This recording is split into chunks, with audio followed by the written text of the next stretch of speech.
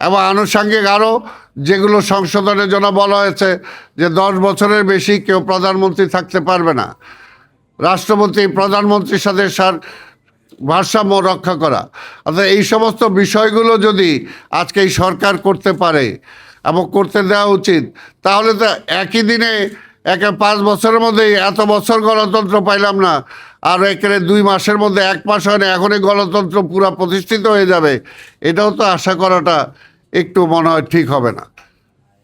তাই বলবো যেটা আপনার যে সমস্ত কথা বলেছেন অবশ্যই সবার যুক্তি আছে, সবারই তো পার্টির একটা ম্যানিফেস্টো আছে, সেই ম্যানিফেস্টো অনুযায়ী তো আমরা চলবো। কিন্তু স্বাধীনতার পরে জাসদ প্রতিষ্ঠা হয়েছিল, জাসদ কি আজকে এক থাকতে পেরেছে? কেন পারে নাই? কেন হয় নাই সেটা? আজকে সেই দায়িত্ব কিন্তু পুরা জাসদের সব অংশকেই নিতে হবে। পাঞ্জাবের জগতে একটি বিশ্বস্ত নাম শাবাব এথনিক ওয়্যার, সব অংশকেই নিতে হবে। সেই সময় শেখ মুজিবের বিরোধিতা করে আমরা যখন বের হয়ে আসলাম, আমরা যখন রাজনীতিটা শুরু করলাম, এবং সেই সময় রাজনীতিটা কি সবচেয়ে ভয়ঙ্কর রাজনীতি ছিল, ভয়ঙ্কর রাজনীতি ছিল, বেঁচে থাকার উপায় ছিল না। আমরা যারা এখনো বেঁচে আছি সেটা আল্লাহ বাঁচায় রাখছে, আল্লাহ বাঁচায় রাখছে। 72 থেকে 75 যে অবস্থা ফেস করেছি আমরা এই দেশে, তা এখনো তারপরও তাদের ভুল ত্রুটিগুলো আপনারা বড় করে দেখবেন না।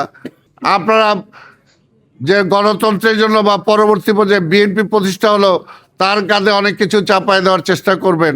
আমি বলি না যে বিএনপি ভুল করে নাই, কিন্তু সবাই মিলে এখন চেষ্টা করতে হবে আমাদের যে ঐক্যবদ্ধভাবে দেশটাকে আমরা যাতে আর পিছিয়ে না দেই।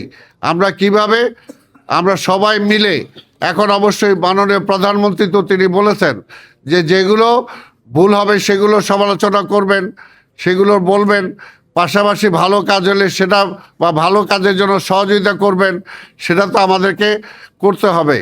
এবং সেটাই আমরা চাই যেখানে আমরা যারা আছি, হয়তো নির্বাচনকে কেন্দ্র করে কিছু কিছু আবার নিজেদের মধ্যে ডিস্টেন্স হতেই পারে, কিন্তু জাতীয় ঐক্যের প্রশ্নে, গণতন্ত্রের প্রশ্নে আজকে মৌলবাদকে যেভাবে আসছে তাকে ঠেকানোর প্রশ্নে আমি তো মনে করি যে আমাদের সে ঐক্য এখনও ধরে রাখতে হবে, আমাদের সে ঐক্য জাতীয় স্বার্থে ধরে রাখতে হবে।